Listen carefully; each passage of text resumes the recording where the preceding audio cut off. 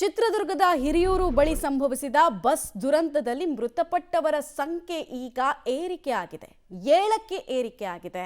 ಅದರಲ್ಲೂ ದುರಂತ ಅಂತ ಹೇಳಿದ್ರೆ ತಪ್ಪೇ ಇಲ್ಲದಂತಹ ಚಾಲಕ ರಫೀಕ್ ಸಾವಾಗಿದೆ.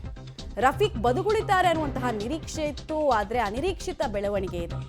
ಚಿಕಿತ್ಸೆ ಫಲಕಾರಿಯಾಗದೆ ಸೀಬರ್ಡ್ ಬಸ್ನ ಚಾಲಕ ರಫೀಕ್ ಸಾವನ್ನಪ್ಪಿರೋದು. ಹುಬ್ಬಳ್ಳಿಯಲ್ಲಿ ಇವರಿಗೆ ಚಿಕಿತ್ಸೆ ಕೊಡಿಸ್ತೀವಿ ಅಂತ ಸೀಬರ್ಡ್ ಕಂಪನಿಯವರೇ ಹೇಳ್ತಾ ಇದ್ರು. ಇಲ್ಲಿ ಅವ್ರು ಹುಷಾರಾಗ್ತಾರೆ ಅನ್ನುವಂತಹ ನಿರೀಕ್ಷೆ ಕುಟುಂಬಕ್ಕೂ ಇತ್ತು. ಬಟ್ ದುರಂತದಲ್ಲಿ 2 ಕಾಲು 1 ಕೈ ಮುರಿದಿದ್ವು. ರಾತ್ರಿ ಆಪರೇಷನ್ ವೇಳೆ ಚಿಕಿತ್ಸೆ ಫಲಕಾರಿಯಾಗದೆ ಚಾಲಕ ಸಾವನ್ನಪ್ಪಿದ ಡೀಟೇಲ್ಸ್ ಸಿಗ್ತಾ ಇದೆ. ನಿನ್ನೆ ನಾವು ಮಾತಾಡಿಸ್ಬೇಕಾದ್ರೆ ನಮಗೆ ಹಿಂಸೆ ಆಗೋಯ್ತು. ಯಾಕಂದರೆ ಯಮಯಾತನೆಯನ್ನು ಅವ್ರು ಅನುಭವಿಸ್ತಾ ಇದ್ರು. ಯಾವ ಪ್ರಶ್ನೆಗೂ ಅವರಿಗೆ ಏನು ಉತ್ತರ ಕೊಡೋದು ಅನ್ನೋ ಕಾನ್ಷಿಯಸ್ನೆಸ್ ಇರ್ತಾ ಇರಲಿಲ್ಲ. ಅಷ್ಟೊಂದು ಹಿಂಸೆ ಅನುಭವಿಸ್ತಾ ಇದ್ರು. ಸಹಜ ಅಲ್ವಾ? ಇಷ್ಟು ದೊಡ್ಡ ದುರಂತದಲ್ಲಿ ಬದುಕುಳಿಯೋದು ಅಂದರೆ ಸಾವನ್ನ ಗೆಲ್ಲೋದು. ಬಟ್ ಅದಷ್ಟು ಸುಲಭ ಇರಲಿಲ್ಲ ರಫೀಕ್ ವಿಚಾರದಲ್ಲಿ. ಕುಟುಂಬಸ್ಥರ ಆಕ್ರಂದನ ಮುಗಿಲು ಮುಟ್ಟಿದೆ.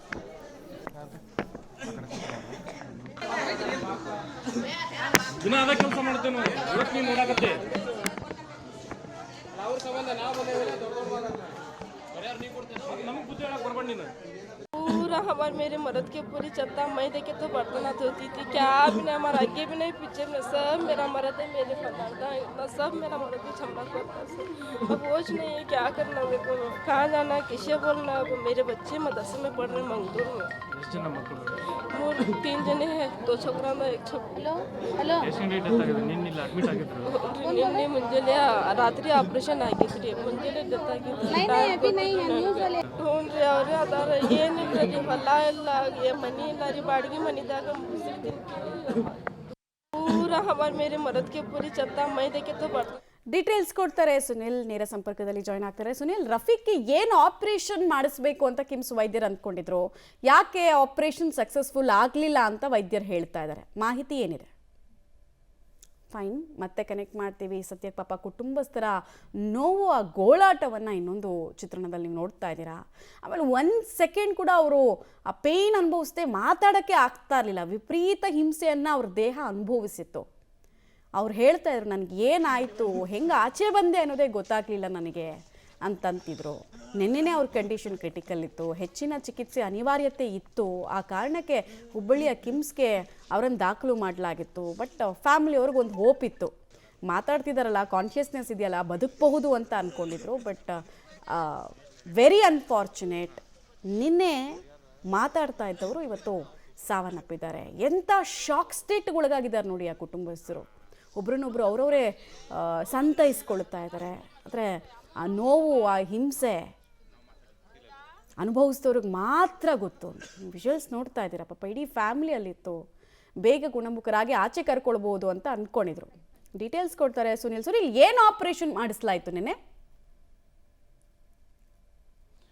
ಮಮತಾ, ನಿನ್ನೆ ಚಾಲಕ ಮತ್ತು ಕ್ಲೀನರನ್ನು ಹುಬ್ಬಳ್ಳಿಗೆ ಕರೆತಂದಾಗ ಇಬ್ಬರು ಕೂಡ ಮಾತನಾಡ್ತಾ ಇದ್ದರು. ಮತ್ತು ಕ್ಲೀನರ್ ನಿನ್ನೆ ಮಾಧ್ಯಮಗಳಿಗೆ ಪ್ರತಿಕ್ರಿಯೆಯನ್ನು ಕೊಟ್ಟಿದ್ದರು. ಇನ್ನು ಚಾಲಕರವರ ಒಂದು ಕಾಲು ಮತ್ತು ಕೈಗಳು ಒಂದು ಭಾಳಷ್ಟು ಗಾಯದಿಂದ ಒಂದು ಗಾಯಗಳಾಗಿದ್ವು. ಸೊ ಹಾಗಾಗಿ ಅವರನ್ನು ಹೆಚ್ಚಿನ ಚಿಕಿತ್ಸೆಗಾಗಿ ಒಂದು ವಿಶೇಷ ತಂಡ ಚಿಕಿತ್ಸೆ ನೀಡ್ತಾ ಇತ್ತು. ನಿನ್ನೆ ತಡರಾತ್ರಿ ಆಪರೇಷನನ್ನು ಮಾಡಲಾಗುತ್ತೆ.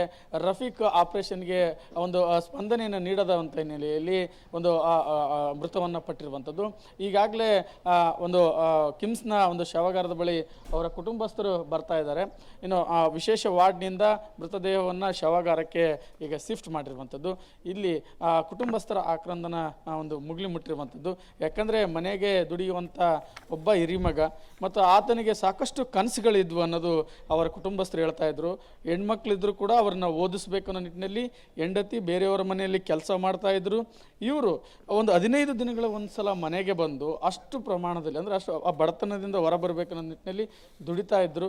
ಸೊ ಇಂತಹ ವ್ಯಕ್ತಿಯನ್ನು ಕಳೆದುಕೊಂಡಂಥ ಕುಟುಂಬ ಈಗ ಬಡವಾಗಿರುವಂಥದ್ದು. ದೃಶ್ಯಗಳಲ್ಲಿ ನೋಡ್ಬೋದು, ಅವರ ಪತಿಯವರು ಅವರ ಪತ್ನಿಯ ಒಂದು ಆಕ್ರಂದನ ಸಮಾಧಾನ ಪಡಿಸ್ತಾ ಇದ್ದಾರೆ ಕುಟುಂಬಸ್ಥರು. ಇನ್ನೇನು ಕೆಲವೇ ಕ್ಷಣಗಳಲ್ಲಿ ಒಂದು ಏನು ಪೋಸ್ಟ್ ಮಾರ್ಟಮ್ ನಡೆಯಬೇಕಾಗಿರುವಂಥದ್ದು. ಇನ್ನು ಕ್ಲೀನರ್ಗೆ ಒಳಗಡೆ ಚಿಕಿತ್ಸೆ ನೀಡಲಾಗ್ತಾ ಇದೆ. ಮೂಲತಃ ಸಿಗ್ಗಾವಿ ಒಂದು ಸಿಗಾವಿಗೆ ಸಂಬಂಧಪಟ್ಟಂಥವರಾಗಿರುವಂಥದ್ದು. ಅವರ ಪತ್ನಿಯನ್ನು ಮಾತಾಡಿಸುವಂಥ ಪ್ರಯತ್ನವನ್ನು ಮಾಡ್ತೀನಿ. ಮೇಡಮ್, ಇವತ್ತು ನಿಮ್ಮ ಪತಿ ನಿಮ್ಮ ಜೊತೆಗಿಲ್ಲ. ಸೊ ಹೇಗಿರ್ತಾ ಇದ್ರು ಮನೆಯಲ್ಲಿ, ಯಾವಾಗ ಕೊನೆಯದಾಗಿ ಮಾತಾಡಿ? अल्लाह और जवाबदारी इधर ही हमारे घर का पूरा जवाबदारी उनके ऊपर रहता सब जा को छोड़े हम क्या करना मैं देखे तो घर काम को जाते हैं इन्हों देखे तो गाड़ी चला को या हमारा पेटान चला देते पूरा 3 भाना है भाई है सब जवाबदारी उनके ऊपर रहता सब ಮಕ್ಕಳಿದ್ರು ಕೂಡ ಅವ್ರನ್ನ ಓದಿಸ್ಬೇಕು ಅಂತ ಭಾಳ ಇದಿದ್ರು, ನೀವು ಬೇರೆಯವ್ರ ಮನೆ कर बोल को यहाँ नहीं मंगलूर में डालू मैं हॉस्टल में हॉस्टल है सब ಎಲ್ಲ मदरसा है फ्री ಐತಿ ಅಂತ वहाँ डालू मैं ಎಷ್ಟು ದಿನಕ್ಕೊಂದ್ಸಲ ಮನೆಗೆ ಬರ್ತಾ ಇದ್ರು, ಮಾತನಾಡ್ತಿದ್ರ ಜನರಲ್ ಆಗಿ ಈ ಒಂದು ಡ್ರೈವಿಂಗ್ ಬಗ್ಗೆ? 20 दिन को ऐसा महीने में एक टाइम आको जाते थे ऐसा। ಈ ಘಟನೆ ಆದ್ಮೇಲೆ ಯಾವಾಗ ತಮ್ಮ ಜೊತೆ ಮಾತನಾಡಿದ್ರು ಕೊನೆಗೆ? ऑपरेशन को ले जाने से पहला बात कर रहे हैं मुझे क्या नहीं आराम होता हूँ आता हूँ मगर इतना भी क्या भी बात करें ना ನಿನ್ನೆ ಇಲ್ಲಿಗೆ ಬಂದಾಗ ಕೂಡ ಆರಾಮಾಗಿದ್ರು ಅವರು, ಅವ್ರ ಕ್ಲೀನರ್ ಕೂಡ ಆರಾಮಿದ್ರು. आराम ऐते आराम होगा जरा क्या नहीं पेट में दुख रहा कर कोई इतना बोले सो भी क्या भी बोले ना। ಈ ಕೊನೆಯದಾಗಿ ಏನು ಹೇಳ್ತೀರಮ್ಮ? ದುಡಿಯುವಂಥ ಯಜಮಾನ ಇವತ್ತಿಲ್ಲ, ಒಂದು ಬಸ್ ದುರಂತ, ಓನರ್ ಯಾರಾದರೂ ಮಾತನಾಡಿದ್ರ ನಿಮ್ಮ ಜೊತೆ? ಬಸ್ ಓನರ್ ಯಾರಾದರೂ ಏನಾರು? नहीं कौन भी बात करे नहीं मेरे संगत एक ले है उन्होंने बात करता है कर को बोल को बोले सर मुझे नहीं बात करे मुझे ना मालूम नहीं क्या भी उन्हें सब लगा को मैं बात करता हूँ कर को बोलो। ಕೊನೆಯದಾಗಿ ಏನು ಹೇಳ್ತೀರಮ್ಮ? ಮಕ್ಕಳಿಗೆ ಗೊತ್ತಾ ತಂದೆ ಅವರು ಮೃತಪಟ್ಟಿದ್ದವ್ರಿಗೆ? नहीं बोले नहीं हम एमरजेंसी है कर बोल को फोन लगे सर ರೈಟ್. मंगलूर ಮಂಗಳೂರಿಗೆ ಬರ್ತಾ ಇದ್ದಾರಾ?